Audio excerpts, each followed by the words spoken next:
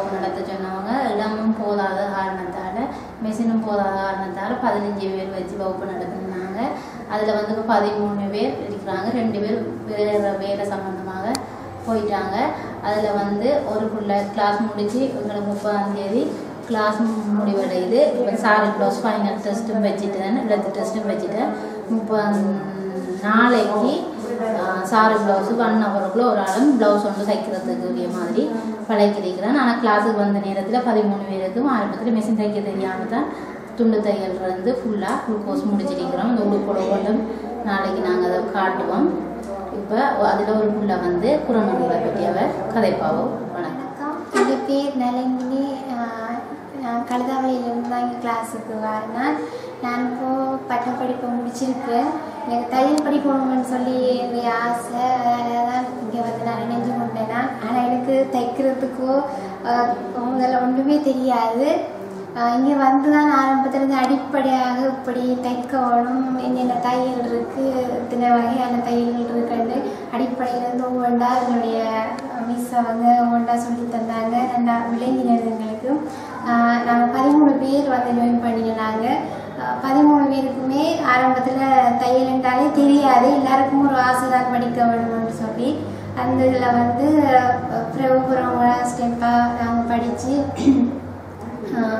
Salwar, sorry blouse, மற்ற உடுப்புகள் எல்லாமே இப்போ தைக்க பழகிருக்கிறோம். 6 மாத காலமாக நாங்கள் இந்த பயிற்சி நதியில் ஈடுபட்டு கொண்டிருக்கிறோம். இப்போ எல்லாருமே நல்லா தைக்க பழகிட்டாங்க. மிஷின் இப்போ இல்லாமல் அவங்களாகவே வெட்டி அவங்களாகவே தைச்சி இப்போ அவங்களுக்கு ஏற்ற உடுப்புகளையும் இப்போ சாரி ப்ளவுஸுகள் எல்லாம் அவங்களாவே தைச்சி போடுறாங்க. இப்போ எங்களுக்கு வந்து 6 மாதம் தான் இந்த கோர்ஸ் ஆரம்பித்தவங்க. இப்போ ஒவ்வொருத்தருக்கும் இப்போ தைக்க பழகின உடனே என்னுடைய ஓடர்ஸ்கள் எல்லாம் வர தொடங்கினது. அப்போ அதையெல்லாம் தைக்கிறதுக்கு வீடுகள்லேருந்து தைக்கிறதுக்கு மிஷின் வசதிகளும் இல்லாததால் நாங்களாகவே கேட்டு 1 மாதம் இன்னும் மிச்சமாக கேட்டு இப்போ நாங்கள் தைச்சி கொண்டிருக்கிறோம், தைச்சி கொடுக்குறோம். நாங்களும் எங்களை தேவைக்கு தைச்சி கொள்கிறோம்.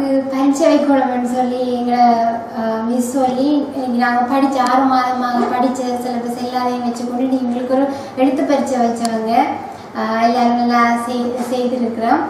நாளைக்கு இப்போ நாங்களாகவே துணியை வெட்டி சாரி ப்ளவுஸ் தைக்கணும். அது என்னுடைய ஃபைனல் எக்ஸாம். என்னென்னு சொன்னால் இந்த மாதம் எங்களுக்கு 30ஆம் தேதியோடு முடியுது. இனி அடுத்த பேட்ச் பெற போகிறாங்க. எங்களுக்கு அதை நினைக்கிறப்போ சரியான கவலையாக இருக்குது. என்ன சொன்னால் 6 மாதம் போனதே தெரியலை எங்களுக்கு. தையல் ஈடுபட்டாலும் நாங்களும் இன்ட்ரெஸ்டாக தான் தைச்சி கொண்டிருந்தாங்க. இது நான் இன்றைக்கி வெட்டி தைச்ச சல்வார்